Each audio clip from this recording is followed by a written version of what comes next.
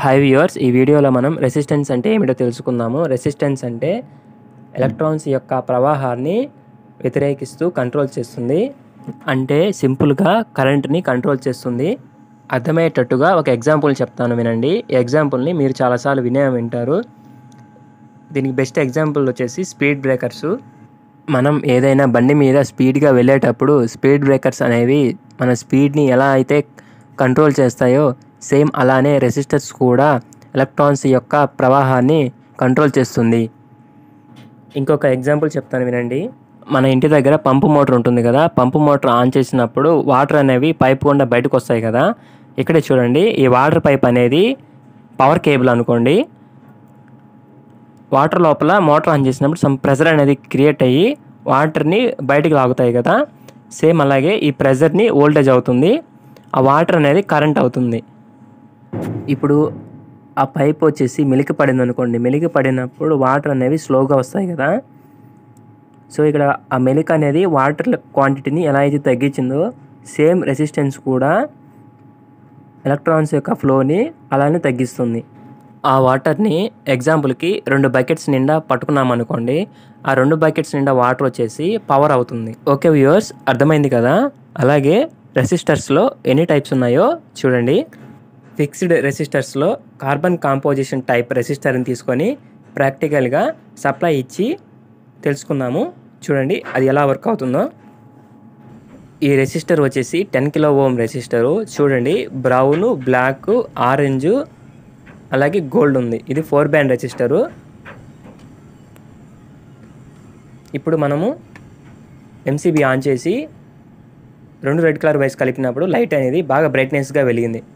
ఇప్పుడు resistor connect చేసినప్పుడు డిమ్గా వెలుగుతుంది. రెసిస్టర్కి కేబుల్ని ఎటువైపు కనెక్ట్ చేసినా పర్లేదు, అంటే ఫార్వర్డ్లో కనెక్ట్ చేసినా పర్లేదు, అలాగే రివర్స్లో కనెక్ట్ చేసినా పర్లేదు, రెసిస్టర్ వర్క్ అవుతుంది. చూడండి, రెసిస్టర్ కనెక్ట్ చేసినప్పుడు లైట్ అనేది డిమ్గా వెలుగుతుంది. డైరెక్ట్గా వైర్స్ కలిపినప్పుడు బాగా బ్రైట్నెస్గా వెలుగుతుంది. వేరియబుల్ రెసిస్టర్స్లో పొటెన్షియోమీటర్ టైప్ తీసుకొని ప్రాక్టికల్గా సప్లై ఇచ్చి తెలుసుకుందాము అది కరెంట్ని ఎలా కంట్రోల్ చేస్తుందో. చూడండి, ఈ పొటెన్షియోమీటర్ వచ్చేసి 5 కిలో ఓం పొటెన్షియోమీటరు.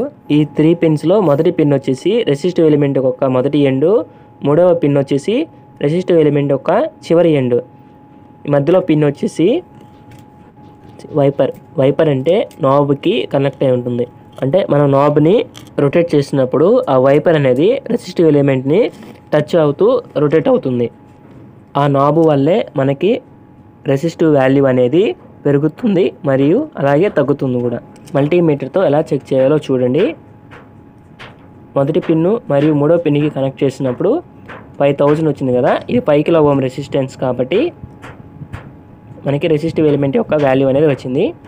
ఇప్పుడు వైపర్కి మరియు రెసిస్టివ్ ఎలిమెంట్ యొక్క చివరి ఎండ్కి కనెక్ట్ చేశాను. కనెక్ట్ చేసి నాబ్ని రొటేట్ చేస్తున్నాను. చూడండి, వాల్యూ అనేది పెరుగుతుంది తగ్గుతుంది కదా. చూడండి, ఇప్పుడు 5K ఉంది. 5K నుంచి 4K, 3K, 2K, 1K. Okay viewers, అర్థమైంది కదా. ఇప్పుడు అలాగే రెసిస్టివ్ ఎలిమెంట్ యొక్క మొదటి ఎండ్ని మరియు వైపర్కి కనెక్ట్ చేస్తున్నాను. చూడండి, కనెక్ట్ చేసినప్పుడు ఇది 5 కిలో ఓం రెసిస్టెన్స్ కాబట్టి మనకి 5K వచ్చింది. చూడండి, ఇప్పుడు పూర్తిగా తగ్గించేసాను. 1K పెంచుతున్నాను. 2K, 3K, 4K, 5K. Okay viewers, అర్థమైంది కదా. ఇప్పుడు పొటెన్షియోమీటర్ని ఇండికేషన్ లైట్కి ఎలా కంట్రోల్ చేయాలో తెలుసుకుందాము. చూడండి, ఫేజ్ వైర్ని తీసుకొచ్చి పొటెన్షియోమీటర్ యొక్క వైపర్ పిన్కి కనెక్ట్ చేస్తున్నాను. కనెక్ట్ చేసిన తర్వాత ఇండికేషన్ లైట్కి కనెక్ట్ అయిన రెడ్ కలర్ కేబుల్ని తీసుకొచ్చి పొటెన్షియోమీటర్ యొక్క రెసిస్టివ్ ఎలిమెంట్కి చివరి ఎండ్కి కనెక్ట్ చేస్తున్నాను. అంటే మూడో పిన్ దగ్గర ఇండికేషన్ లైట్కి కనెక్ట్ అయిన కేబుల్ని కనెక్ట్ చేశాను. ఇప్పుడు 2 న్యూట్రల్ వైర్స్ని కలిపేసి ఇప్పుడు ఎంసీబీని ఆన్ చేస్తున్నాను. ఆన్ చేసినప్పుడు ఇండికేషన్ లైట్ లో బ్రైట్నెస్లో వెలిగింది. ఇప్పుడు పొటెన్షియోమీటర్ రైట్ సైడ్ రొటేట్ చేసినప్పుడు బ్రైట్నెస్ అనేది బాగా పెరిగింది. అలాగే ఇప్పుడు బ్రైట్నెస్ని తగ్గించాను. చూడండి, ఇప్పుడు బ్రైట్నెస్ని పెంచుతున్నాను. చూసారు కదా, బ్రైట్నెస్ అనేది పెరుగుతుంది. ఇప్పుడు బ్రైట్నెస్ని తగ్గిస్తున్నాను. ఓకే వ్యూవర్స్, పొటెన్షియోమీటర్ని యూజ్ చేసి ఇండికేషన్ లైట్ని ఎలా కంట్రోల్ చేస్తున్నానో అర్థమైంది కదా. వీడియో నచ్చితే లైక్ చేసి సబ్స్క్రైబ్ చేసుకోండి. Thank you.